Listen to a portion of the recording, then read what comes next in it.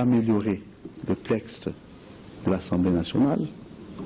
C'est le sens même de la navette Assemblée-Sénat ou Sénat-Assemblée. Et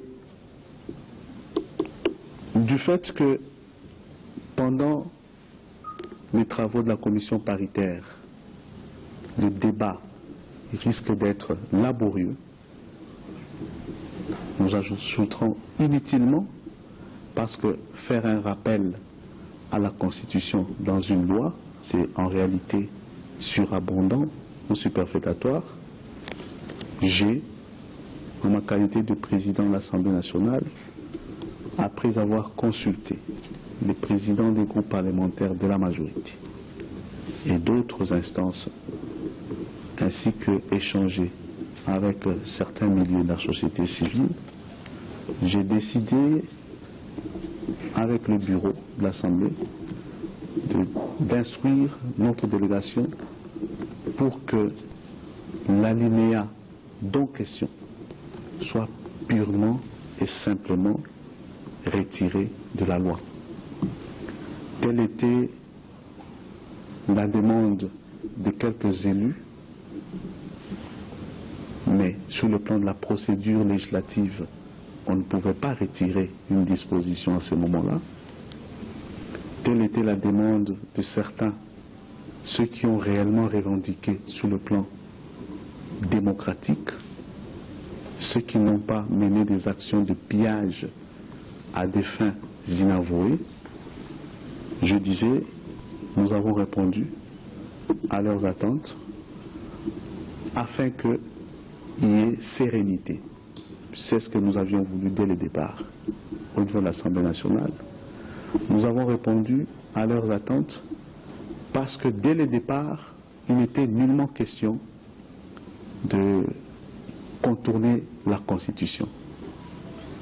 Et le retrait de cet alinéa signifie notamment ce qui suit. Toutes les dispositions de la Constitution de la République, notamment celles concernant les délais d'organisation des différentes échéances, celles concernant la nécessité d'identifier les nationaux, etc. Je dis bien toutes les dispositions de la Constitution doivent être respectées par toutes les institutions de la République. Voilà le point de vue que l'Assemblée nationale défendra, parce que les élus directs du peuple ne peuvent que être en parfaite harmonie avec le peuple en toutes circonstances. Je voudrais aussi saisir cette occasion pour noter que la délégation de l'Assemblée nationale défendra aussi l'article 237 ter de ce projet de loi. Cet article 237 ter, prévu, retenu par l'Assemblée et enlevé par le Sénat, est celui qui organise les échéances électorales des sénateurs et des députés provinciaux, déjà au courant de cette année 2015. Parce que, comme vous le savez, l'Assemblée nationale actuelle, c'est la deuxième législature de la Troisième République, tandis que le Sénat, c'est encore la première législature de la Troisième République. La faute à qui? La faute à ceux qui n'ont pas organisé les élections. Mais la loi, le projet de loi a prévu cet article pour que le plus tôt possible soit organisée l'élection des députés provinciaux, l'élection des sénateurs. Nous tenons que l'article soit de nouveau réinséré dans ce projet de loi. Troisièmement, ce sera question d'un débat sur des petites questions, notamment ce qui concerne la circonscription électorale des députés provinciaux dans la ville de Kinshasa. Pour l'Assemblée nationale, nous tenons que ce soit le regroupement des communes, tandis que pour le Sénat, il faudrait que chaque commune constitue une circonscription électorale. Là, c'est tout juste un débat entre élus direct de l'Assemblée nationale et élu indirect du Sénat. Et je suis convaincu que ça n'aura aucun impact sur la rue, aucun impact du côté du souverain primaire que nous devons tous respecter, car la fin de tout élu, c'est de protéger, c'est de garantir le bien-être du souverain primaire. Voilà le message que je voulais vous transmettre. Je me résume en un mot. Nous allons retirer l'alinéa querellé tel que l'a souhaité la population et certains élus, et ce retrait signifie le respect pur et simple des dispositions de la Constitution de la République, toutes les dispositions, notamment celles qui concernent les délais des échéances électorales. Suivez les débats, particulièrement au Sénat et la rue, premièrement. Deuxièmement, lorsque dans une disposition légale, on tient à évoquer la Constitution, il faut que la disposition concerne toutes les dispositions de la Constitution et entrer avec cette matière. C'est pourquoi nous, Assemblée nationale, nous avions dans un premier temps suggéré que l'on ajoute l'incise ci-après. L'actualisation de la liste électorale définitive, etc., sans préjudice des dispositions constitutionnelles pertinentes. Sans préjudice des dispositions constitutionnelles pertinentes, ça signifie quoi? Toutes les dispositions constitutionnelles, même celles qui concernent les délais, ne pouvaient pas entrer en contradiction avec le libellé. Mais étant donné que nous avons compris qu'il y a un certain flou entretenu dans le chef de la population, nous avons évité qu'il y ait encore ce débat. Sinon, après, certains esprits malveillants, il y en a toujours, pouvaient faire croire à la population que l'Assemblée nationale a trouvé une formule alambiquée, un flou artistique, afin d'éviter le respect de la Constitution.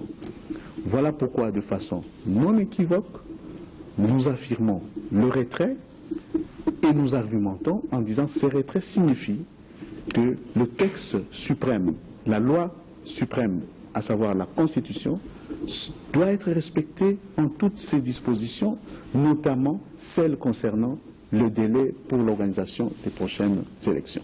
Les députés provinciaux, les gouverneurs de province et les sénateurs sont bien au-delà du temps de leur mandat, même si juridiquement leur mandat demeure valide parce qu'il n'y a pas eu élection. Ils sont bien au-delà. Voilà pourquoi nous avons estimé, de par l'article 237, que, je cite le deuxième alinéa, les dispositions des articles 12, alinéa 4, 145, alinéa 1er, 192, alinéa 1er, 208, ne s'appliquent pas aux élections provinciales, urbaines, municipales et locales de 2015. Ça signifie quoi? Si les questions, toutes les questions prescrites de procédure, de recensement, mais il n'est plus question ici de recensement comme préalable, etc. Toutes ces questions-là ne devaient pas concerner les députés provinciaux et ainsi que les sénateurs et autres, puisqu'il faut y aller rapidement. Et en 2015, à quelle fin? Pour respecter les différents délais concernant toutes les échéances. On ne va pas seulement respecter le délai pour le président de la République, alors que tous les autres qui n'ont pas encore subi d'élection en 2011 sont encore là. Mais cet article a été mis à l'écart au niveau du Sénat en disant que c'était inopportun. Nous, Assemblée nationale, nous estimons que c'est un point de divergence important et s'il n'y a pas entente, l'article 135 de la Constitution sera démise, c'est-à-dire le point de vue de l'Assemblée va l'emporter.